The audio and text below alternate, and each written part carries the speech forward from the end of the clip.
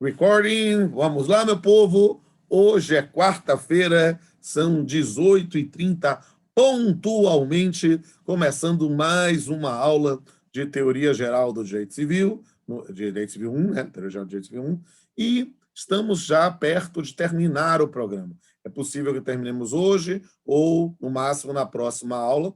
E aí, quando terminarmos o programa, eu vou continuar ministrando aulas até a época da prova, trabalhando questões de aprofundamentos, e quero fazer um link, pelo menos, sobre uma visão conceitual da teoria do fato jurídico, para facilitar em teoria geral do direito civil 2. Quem sabe eu não tenha a satisfação também de ser professor de vocês nessa matéria, vai ser um prazer, mas se não for, já vou deixar um caminho bem preparado para que outro professor ou professora tenha liberdade, né? E você já tem uma base boa, e aí eu fique assim, orgulhoso que vocês vão ter aula com outro professor, outra professora, dizer, eu já vi isso com o Pamplona, já vi isso com o Pamplona. Acho que fico muito feliz, né, a gente poder ampliar aqui os conceitos.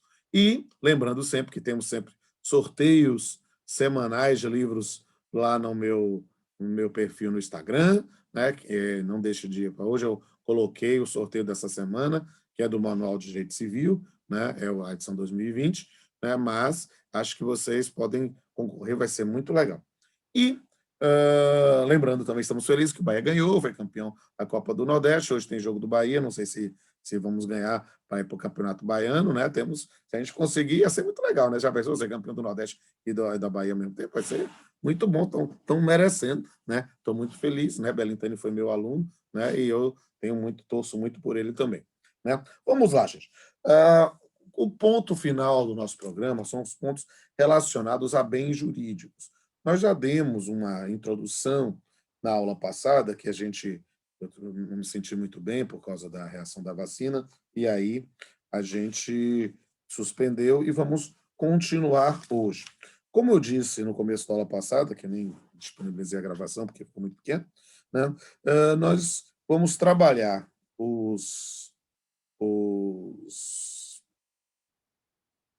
as questões de bens, a classificação dos bens, levando em consideração os bens considerados em si mesmos, depois os bens reciprocamente considerados e também os bens públicos e particulares. A compreender essa classificação é muito importante e gera muitas repercussões na prática. Vou ter uma ou duas questões também na prova sobre isso, relacionando questões sobre efeitos de cada uma dessas classificações. E essa é a ideia da aula de hoje. A primeira classificação são dos bens considerados em si mesmos. E a primeira classificação, dentro dessa visão dos bens considerados em si mesmos, é uma classificação que não está no Código, mas que no Código Civil, propriamente dito, mas em outros ramos ou em outros diplomas normativos a ele relacionados, né? Que é a classificação de bens corpóreos e bens incorpóreos, que é uma classificação que toma como referencial a existência material perceptível pelos nossos sentidos. Por quê? Porque a gente vai, daqui a pouco, trabalhar a primeira classificação do Código, que é de bens móveis e imóveis, mas os bens móveis e imóveis são bens corpóreos. Mas existem bens que são incorpóreos, mas que também podem ser objeto de relações jurídicas, né? Então, a gente trabalha, por exemplo, com a propriedade imaterial, né? Os direitos autorais, licenças, patentes, são matérias que dizem respeito à propriedade intelectual de bens incorpóreos. Eu me lembro que na aula passada falei, mas quero falar de novo aqui agora, até para ficar gravado isso. A aula fica disponível no canal no YouTube, que um dos maiores especialistas em direitos autorais do país é um professor da faculdade, também ensina direito civil, e quando ele der a matéria de direitos autorais, o direito de propriedade intelectual, não deixe de fazer com ele, né? Porque professores de direito civil nós temos vários, né?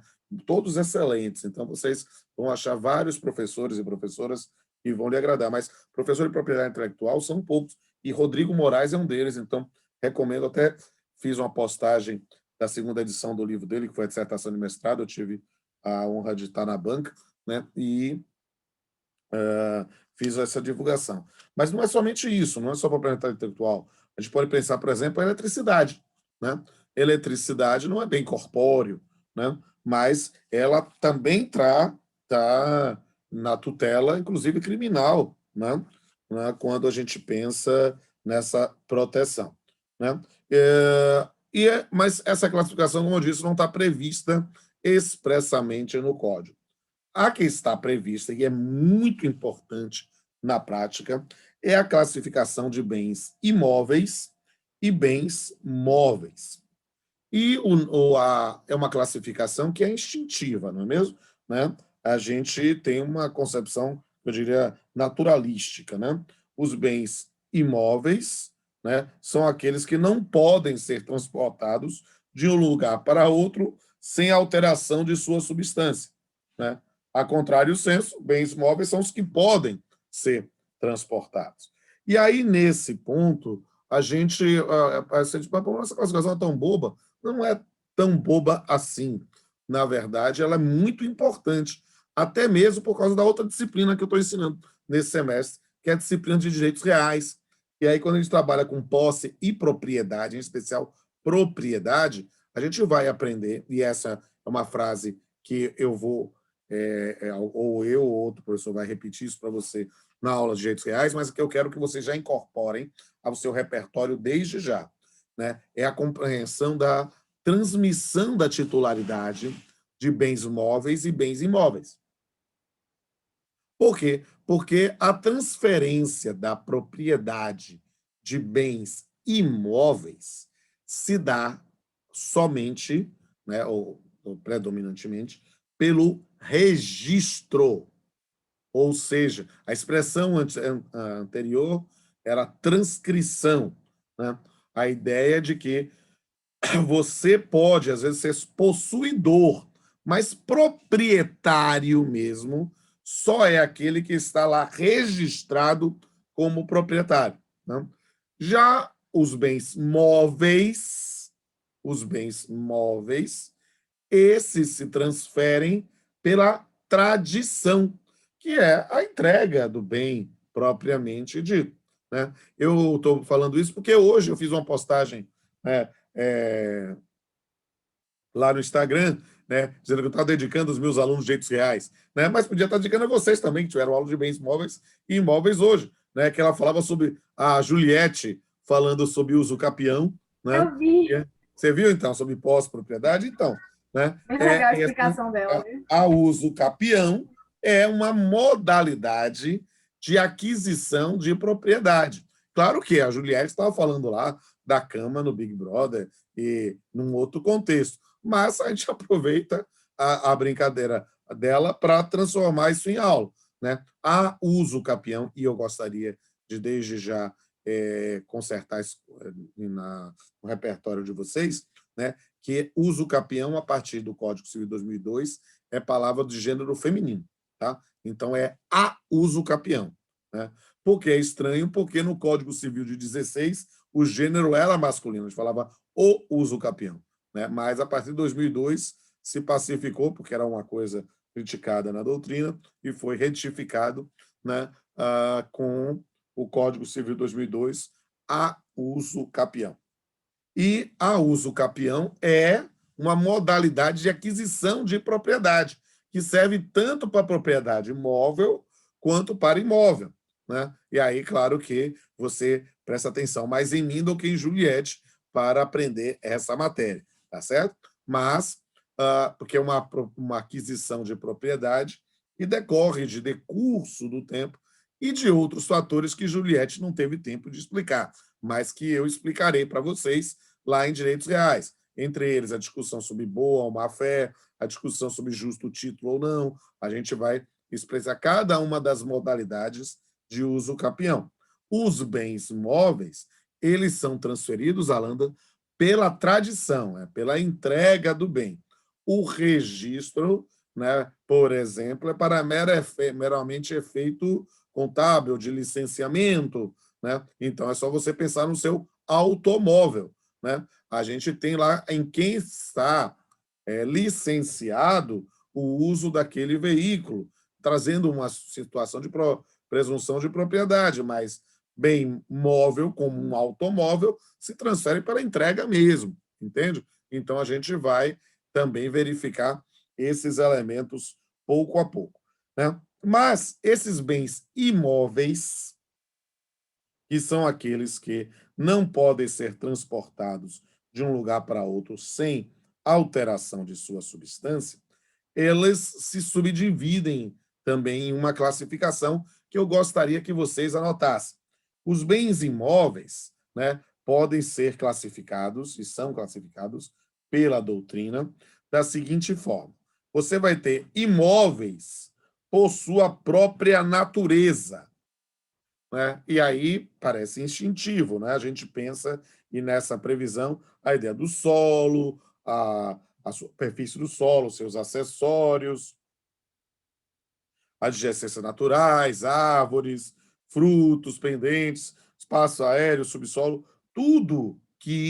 a, tudo que a natureza imobiliária do solo, né, vai abranger. E aí a gente vai pensar jazida mineral, a queda d'água, e espaço aéreo, a gente vai ter isso, né? E o Código Civil de 2002 foi bem sintético nesse ponto, no artigo 79, para considerar bem imóvel o solo e tudo quanto se lhe incorporar, natural ou artificialmente. Por quê? Porque a segunda classificação dos bens imóveis é a classificação de bens imóveis por acessão. Acessão é acréscimo.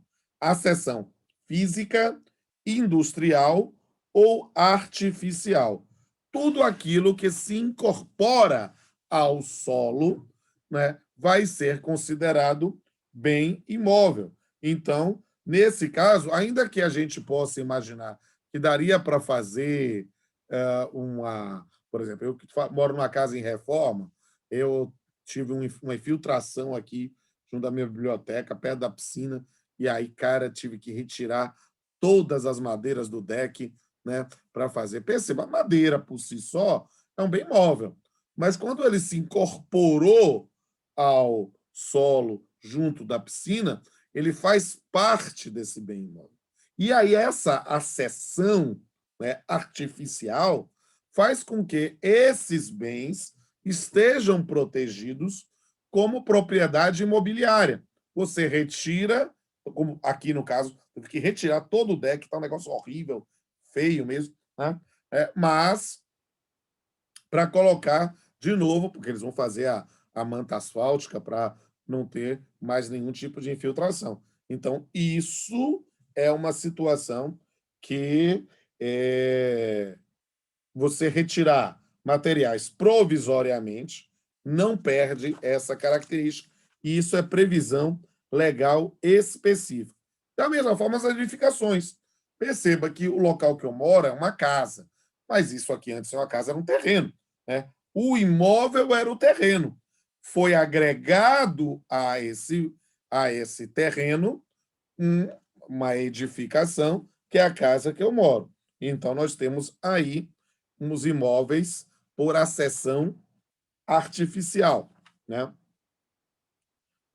Além deles, nós temos a figura dos imóveis por acessão intelectual. O que é isso? São bens que o proprietário intencionalmente destina e mantém no imóvel para uma exploração industrial, para uma questão estética, por uma questão de comodidade. E, nesse caso, eles podem, a qualquer momento, ser mobilizados, ou seja, deixar de ser bem imóvel para ser bem móvel. Por exemplo, que uma coisa são as telhas, né? Que é o piso, que era móvel, mas aí foi incorporado, eu retiro para fazer uma reforma, mas ele continuou sendo considerado parte do imóvel. Outra coisa são o aparelho de ar-condicionado, que eu coloco aqui, né? Eu quero ter a oportunidade de trazer vocês à minha casa ao dia, e eu sou assumidamente um nerd, então eu tenho um monte de coisas nerds na casa. Então você vai ver minhas action figures no canto, meus instrumentos musicais em outro, né? Tem umas coisas assim que são incorporadas, são bens móveis, mas que a gente vai considerar parte, né? Por exemplo, eu sou colecionador compulsivo, eu sou acumulador. Então, eu coleciono chapéu. Eu adoro chapéu. Né? Chapéu Panamá, eu devo ter uns 20. Né? Aí eu arranjei uma namorada que é arquiteta, aí o que é que ela fez? Ela pendurou os chapéus todos na parede, ficou uma decoração de chapéu. Aí eu fico assim, olhando, meu Deus do céu. Mas de vez em quando eu vou lá e pego um chapéuzinho, entende? Então, né? Mas são, neste caso, imóveis por acessão intelectual. Além disso, e essa talvez seja mais interessante, né? Nós temos a figura dos imóveis por determinação legal. O que são imóveis por determinação legal? São bens que, a priori, são móveis, né? Mas, por uma questão de segurança jurídica, a lei optou por considerar esses bens, né, de natureza imobiliária, né? E aí a gente vai colocar, por exemplo, os direitos reais sobre imóveis, a questão, por exemplo, é estranho dizer, a sucessão o direito à sucessão aberta é trabalhado como um bem que é imaterial, incorpóreo, mas ele é tratado como se fosse bem imobiliário para ter a proteção. Então, por exemplo, minha mãe faleceu, né? Há alguns anos, faleceu em 2016, e deixou para mim e meu irmão, né, um flat. E aí deixou o apartamento e o flat. Aí a gente vendeu o apartamento, o flat ainda está lá, a gente fez o inventário para poder colocar no nosso nome, mas nesse meio termo, pode ser que meu irmão queira me vender. Repetir qual dos conceitos, Jamile, de bem por imóvel por determinação legal? Sim, professor. Certo. São bens que, embora não sejam, do ponto de vista natural, bens corpóreos imóveis, eles são tratados como imóveis por previsão legal. Exemplo, o direito à sucessão aberta. Então, o meu irmão tem uma parte do flat que nossa mãe deixou e ele gostaria de vender para mim ou para outra pessoa. Ora, claro que aqui é um bem imóvel, mas imagine que fosse parte das coisas que nossa mãe deixou, ele quisesse vender a parte dele na herança. Ele podia? Podia, mas para vender, isso teria que se submeter a um registro como se fosse propriedade imobiliária. Entende? É uma ficção jurídica que é feita para dar maior proteção. Pegou, Jamile? Pegou, Aline? Aline, Sim, Jamile? professor, obrigada. É só porque eu estou acompanhando pelo chat também, para ter certeza que vocês estão vendo aí. Eu tento fazer as duas coisas ao mesmo tempo. Claro que eu sou um velhinho, mas fico acompanhando aqui para tentar falar isso da maneira mais ampla. Além dos bens imóveis, nós temos os bens móveis, né? Aqueles que podem ser transportados sem nenhuma mudança na sua estrutura. Esses bens móveis, né, podem ser, naturalmente, móveis por sua natureza, aí fica mais fácil, né? Os objetos pessoais em geral, o livro, o celular, a carteira, o copo, caneta, tudo é bem móvel. Mas existem também subclassificações. Além dos móveis por sua natureza, nós temos móveis por antecipação. O que são bens móveis por antecipação? São bens que foram incorporados ao solo, mas são destinados a ser destacado e convertido. Então, o exemplo mais fácil é madeira, árvore destinada a corte. Então, por exemplo, eu fui juiz em Eunápolis, não sei se alguém de vocês é da região, né? Mas em Eunápolis, por exemplo, nós temos lá a Veracel Celulose, que é uma das maiores fábricas, acho que foi criada uma na China, passou, mas era uma das maiores fábricas de celulose do mundo. E há uma quantidade enorme de produção de eucaliptos na região, que é uma árvore que cresce muito rápido e é feita literalmente para ser derrubada e transformada em celulose. Entende? Então, embora seja um bem imóvel, porque está incorporado ao solo, ele é plantado propositalmente para ser destacado e convertido. Então, é o caso dessas árvores para corte. E também nós temos as figuras dos bens móveis por determinação legal. O que são esses?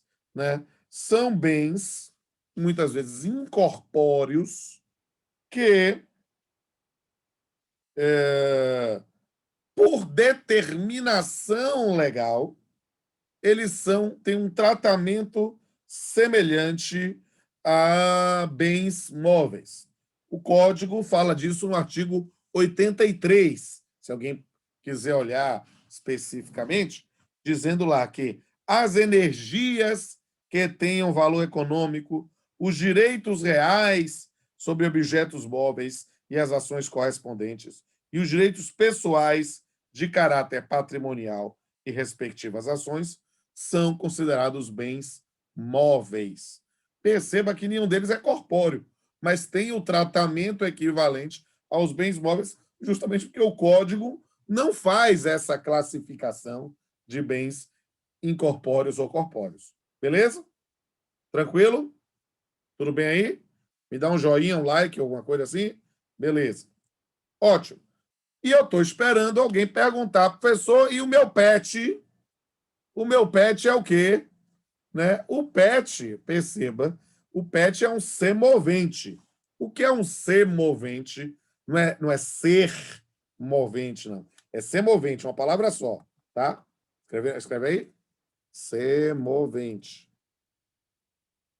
Entende? Não confundo. Tá certo que o semovente é um ser movente, mas a ideia é que o semovente ele tem um tratamento de bem móvel no sistema brasileiro positivado, né? É claro, e aí a gente tem que abrir os horizontes para refletir um pouco mais sobre isso, né? Que há uma tendência, né, a de dar aos animais domésticos um estatuto diferenciado. Na verdade, aos animais em geral, né? Mas aos domésticos, talvez um plus, né?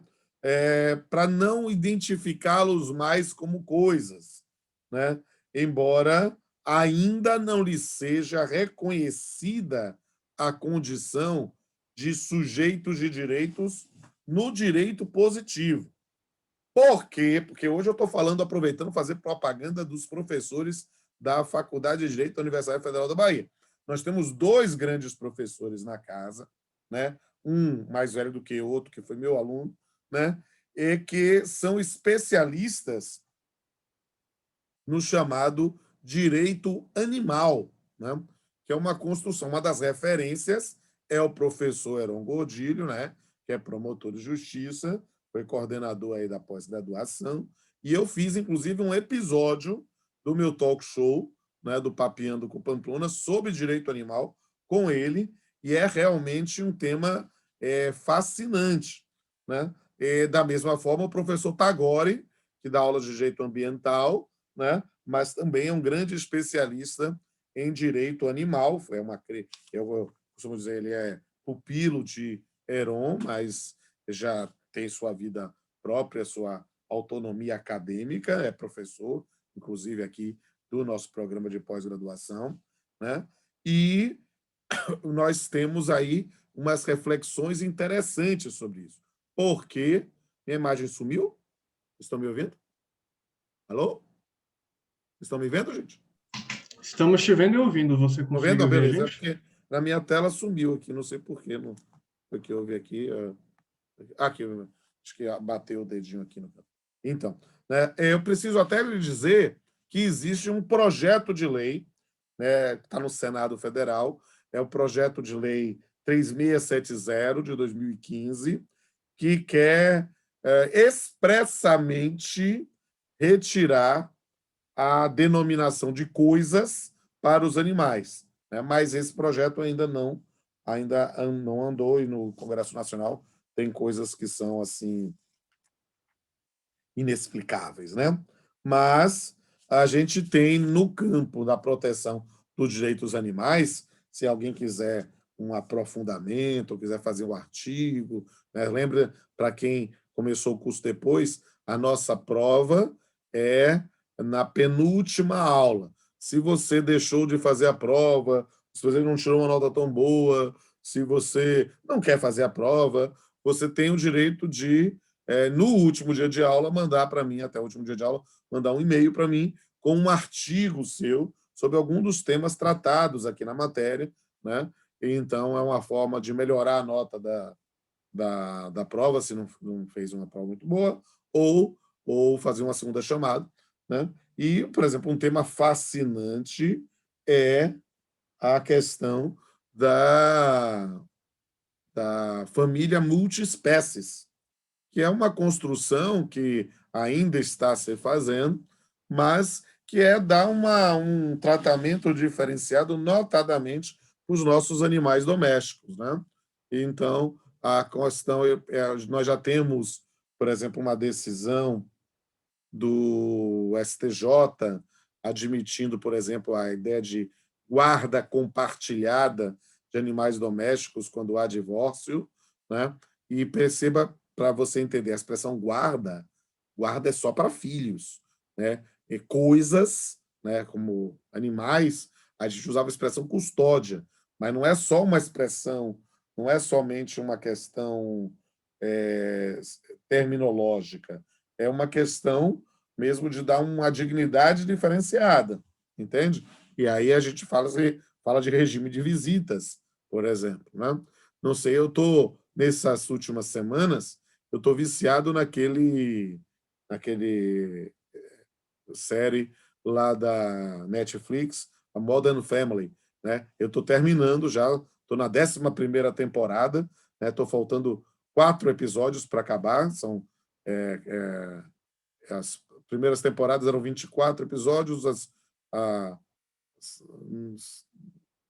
oitava, nona, 10ª eram 22, e essa 11ª são 18, né? Já vi até o 14, estou faltando 4, né? Espero terminar até sexta-feira.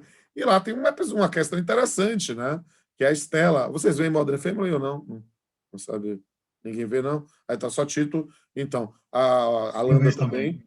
Eu vejo Então, também. a Pedro também. Então, no Modern Family, o Jay dá digamos assim, um carinho diferenciado para a Estela, aquela cadelinha dele. Então, imagine que Jay se divorciasse de Glória, né? Claro que Glória não gosta muito da Estela, mas se gostasse, mas o Manny gosta, então a gente podia pensar em alguma guarda compartilhada, se fosse o caso. Então, são questões que podem ser trabalhadas, né? Então, há muita questão a aprofundar, mas ainda não é o momento para vocês, né? Que é uma questão de vocês refletirem, talvez, né? Por quê? Porque a gente trabalhou o tema da personalidade jurídica e sabe que os animais não têm personalidade jurídica, mas cada vez mais se verifica, principalmente com os defensores do direito animal, né, uma possibilidade de outorga de personalidade jurídica no sentido de titularidade de direitos e obrigações. Então, é algo que pode ser tratado como outorga de personalidade, pode ser tratado como outras formas. Não sei quantos de vocês são veganos ou vegetarianos, né? Ou tenham outras manifestações nesse sentido, né? Que tenham um tratamento diferenciado em relação aos animais ou coisa do gênero. São questões a se tratar, a se enfrentar, né? Porque é um mundo diferente, né? Eu sou do mundo que a gente gostava de fazer churrasco e gostava de uma picanha, alguma coisa assim. Hoje já não é mais, eu não sei mais se é politicamente correto eu querer marcar um churrasco com vocês, né? Então, a gente tem que refletir e tem que ter cardápio alternativo também, essas coisas, né? É um mundo diferente. Eu estou aprendendo a lidar, sabe? Lembre que eu sou um coroa, sou cada vez mais. A minha namorada diz que eu sou mistura do Jay com o Ken e com o Manny. Então, aí você pode imaginar que eu sou uma drama queen, né? Num corpo de um coroa, né? Mas vamos compreender mais isso. E ainda com a sensibilidade do Manny de fazer poesia o tempo todo, né? Mas vamos lá. Nesse ponto, né, aí o Painho está propondo a fazermos um churrasco, né? A gente pode fazer. Eu já disse, eu não sei quando a gente vai poder se aglomerar, mas no dia que a gente puder, minha casa está à disposição de vocês. A gente marca sempre quando tiver uma oportunidade.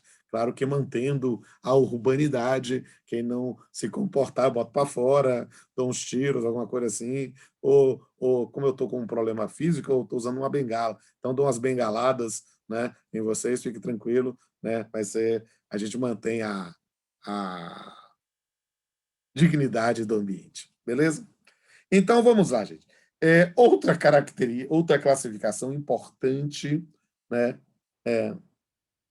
O que é asvestariano? Eu não sei o que é. Eu não sei. É o às vezes estariano, quer dizer que como eu Ah, sei que é importante ser vegetariano, às vezes assim entendi. eu tento fazer uma refeição Muito vegetariana, assim, bem. fazer a pequena parte, o pequeno esforço, ainda é algo. Eu vou incorporar essa expressão. Eu acho que eu sou, às vezes, vegetariano também. É porque eu gosto de salada, eu gosto, me divirto, assim, adoro ir em restaurante natural, assim, mas eu não vou mentir que eu também sou chegado numa picanha. Eu não vou negar aqui. Então, a gente vai se... Exatamente. A gente tem... Há momentos Converti mais um. né? Como diria Shakespeare em Romeu e Julieta, o que seria, como é que ele fala? O que é um nome? O que é um nome, né? Por a rosa exalaria perfume diferente se por outro nome fosse chamada. Então, é mais ou menos. Eu posso ser às vezes estariano também. Eu gostei desse nome. Vou incorporar esse nome. Então, vamos lá. Essa classificação que eu quero trabalhar agora com você está no artigo 85 do Código Civil. É a classificação de bens fungíveis e infungíveis. A expressão, incorporem ao seu repertório, por favor, a expressão fungibilidade ou infungibilidade. Não é uma expressão que vocês vão ver somente em teoria geral de direito civil. Vocês vão usar essas expressões em obrigações, vão usar essas expressões em processo, né? Então, vocês vão falar de princípio da fungibilidade, e isso é uma coisa importante. E o artigo 85, ele traz um conceito de bens fungíveis. São fungíveis os móveis que podem substituir-se por outros da mesma espécie, qualidade e quantidade. A fungibilidade é essa possibilidade de ser substituído por outro da mesma espécie, qualidade ou quantidade. Né? Essa é uma questão importante. Como eu disse, vocês vão falar não somente sobre bens fungíveis e infungíveis, que é o tema da aula nesse momento, mas vocês vão falar brevemente sobre obrigações fungíveis e infungíveis. Né? Então, quando você fala de uma obrigação personalíssima, né? Ela é uma obrigação infungível. Eu contrato um artista para fazer uma apresentação aqui na minha casa. Perceba, eu contratei ele, não posso substituir por outro. Mas eu contrato um, um pintor de parede, né? Para literalmente pintar de branco ou de amarelo uma parede aqui. Então, essa é uma atividade que pode ser substituída por outro, né? Então, a fungibilidade não é só dos bens, mas também das prestações, das obrigações. E como só para matar a cobra e mostrar o pau, vocês vão ouvir falar lá em processo de princípio da fungibilidade de recursos, por exemplo, né? Quando você utiliza, há uma dúvida razoável sobre qual recurso cabível e você não utiliza o recurso propriamente que a turma julgadora considera adequado, mas se você usou outro recurso, outro nome de recurso, mas tem os mesmos pressupostos do recurso cabível, aceita-se esse recurso da mesma forma. É uma fungibilidade pensada na área processual. Então, a ideia de fungibilidade diz respeito a poder ser substituído por outro da mesma espécie, quantidade e qualidade. Então, perceba que nós podemos ter infungibilizações. Eu brinco sempre, né? Assim, por exemplo, vamos torcer para a Landa, quem sabe a Landa ganha aí um dos livros que eu sorteio. E aí, quando a Landa ganha, sei lá, esse livro aqui, imagine que eu queria dar este livro aqui. Mas, sei lá, algum maluco veio aqui e roubou o livro.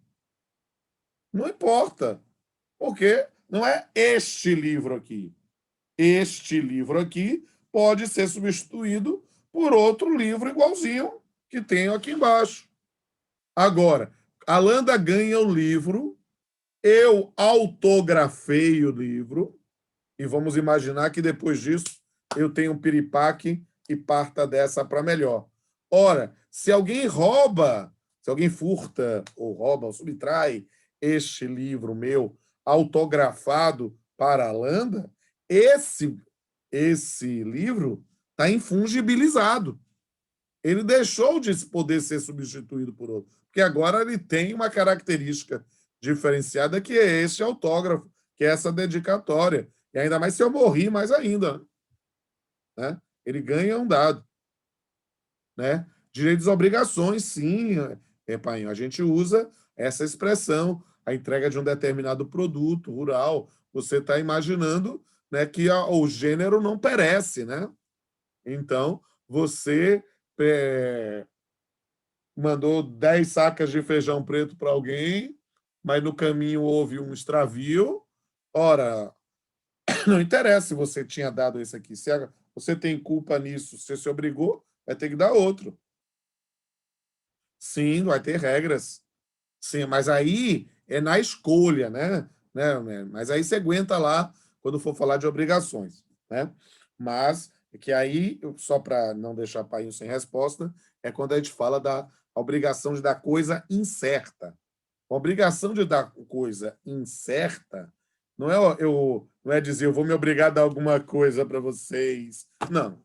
É dar alguma coisa não é uma obrigação. Eu me obrigo a dar um livro.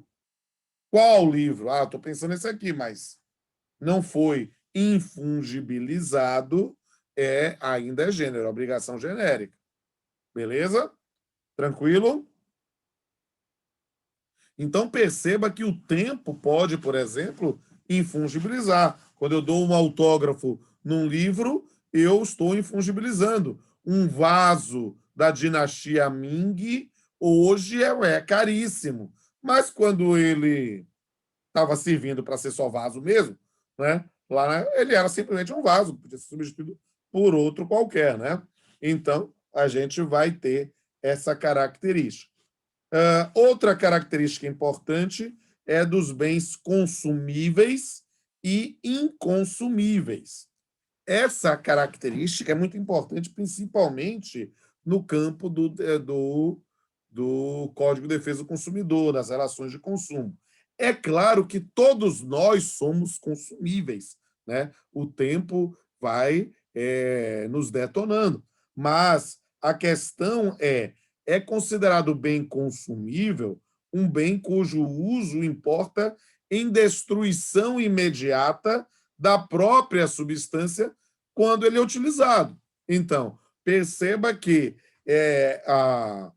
um veículo, você compra um automóvel, ele não é um bem consumível imediatamente. Você usa durante muito tempo, ele vai se estragando com o tempo, com o decurso, mas você usa ele, ele continua valendo, pode valer menos por causa da desvalorização do mercado, mas é algo que você vai ter um perecimento progressivo e natural, né? Ao contrário de quando você compra a gasolina. A gasolina é bem consumível. Comprou, usou, acabou.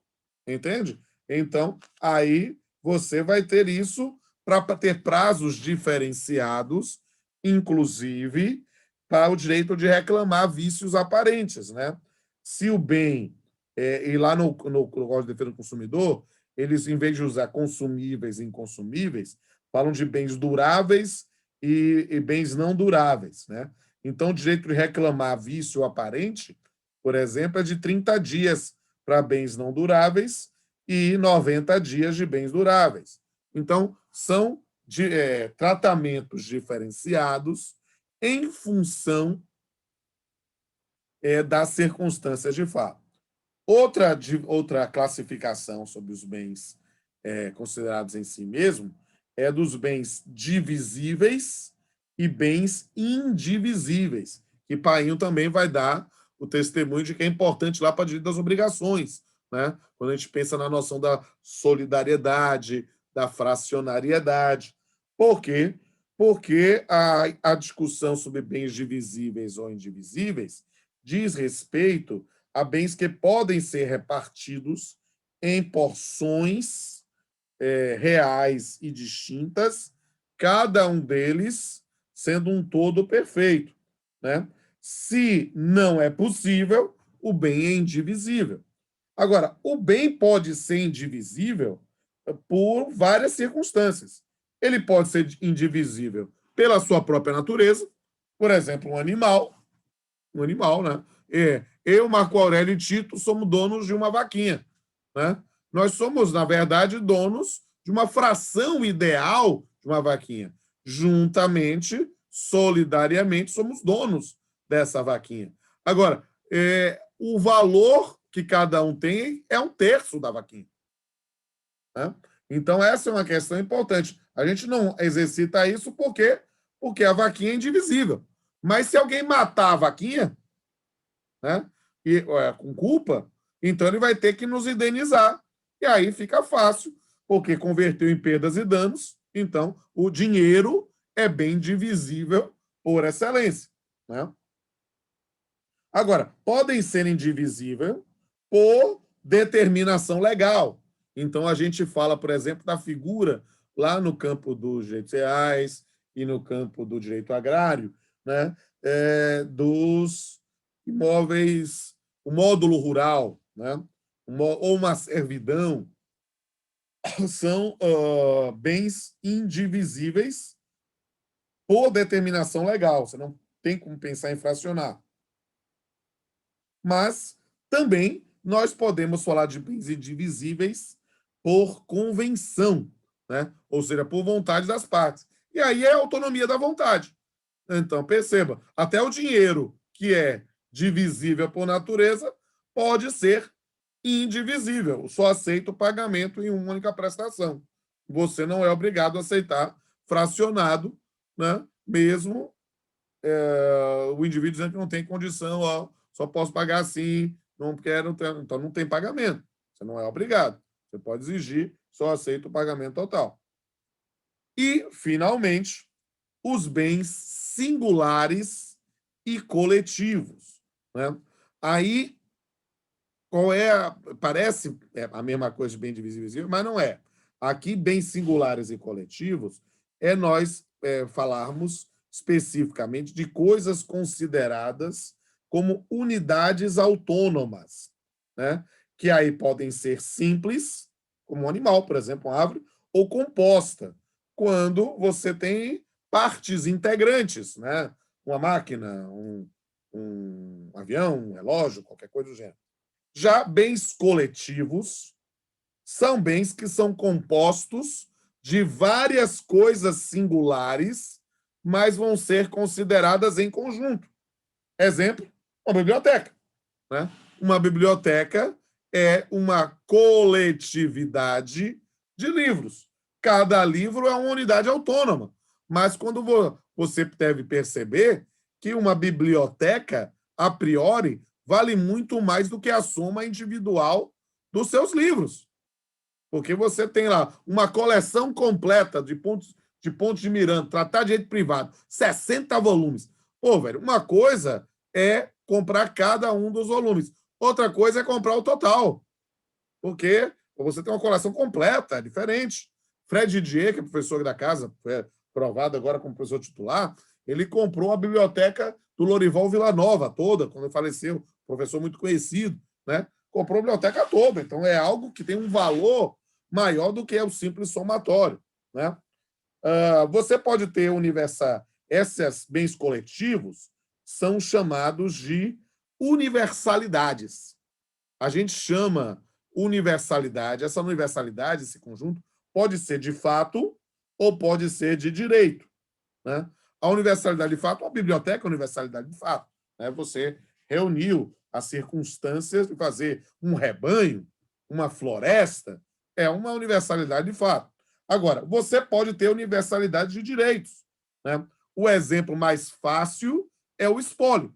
Quando eu morro, eu morri, a gente falou de morte, sobre personalidade jurídica, eu morri, ao morrer, eu deixo minhas dívidas, eu deixo meus bens, eu deixo um patrimônio que precisa ser acertado no que seja as dívidas. As pessoas não herdam as minhas dívidas, as pessoas herdam o meu patrimônio, que vai no passivo e no ativo, né? Vai no que é crédito, mas no que é débito também. E é nesse patrimônio deve ser. Esse patrimônio, ainda antes de ser dividido, né? De ser partilhado, ele é chamado de espólio. Então, quando alguém morre, e você ajuiza uma ação, eu ajuizei uma ação contra a União, eu morri, enquanto meus herdeiros não se habilitam, torna ali o meu espólio continua sendo o sujeito ativo, embora não tenha personalidade jurídica. Alguém está trazendo uma pergunta aqui. Pai, a determinação legal, o senhor fala, seria tipo obrigação de não fazer. Na determinação, poderia, na verdade, a própria lei estabelece as restrições da divisibilidade. Te vendi meu imóvel com condição de o senhor não cortar determinado, porque é raro, e bonito para fazer chegar à fase. Aí, você me vende esse imóvel, aí você pode estabelecer algum ônus ou encargo. Isso é Teoria Geral de Direito Civil 2. Eu vou dar um spoiler disso, mas na próxima aula ou na subsequente, né? Se você não fizer o inventário no prazo de 60 dias, sim, você tem uma multa sobre isso, né? Isso mesmo. Beleza, gente? Olha, deu o horário. Eu ainda tenho que falar um pouquinho sobre bens, mas eu posso deixar para a próxima aula, porque é um conceito muito importante, que é dos bens reciprocamente considerados. Aí eu vou trabalhar em especial algo que o pessoal que já fez obrigações já deve saber disso, que é a questão das benfeitorias. Se vocês quiserem antecipar a leitura desse assunto para a próxima aula, ele faz que é quando a gente arremata o programa. Beleza? Tem muito conceito novo, então tem problema. Aula que vem a gente termina o programa. Tá certo? Alguma dúvida? Não? Então Deus abençoe vocês. A gente se encontra na próxima aula. Um beijo a todos e todas. Boa noite. Se inscreva nos canais, sim, viu, pai? Se inscreve tudo lá. E quem gostar de poesia, veja também meus 2 blogs de poesia, que eu tenho muito xodó lá com eles. Um beijo a todos e todas.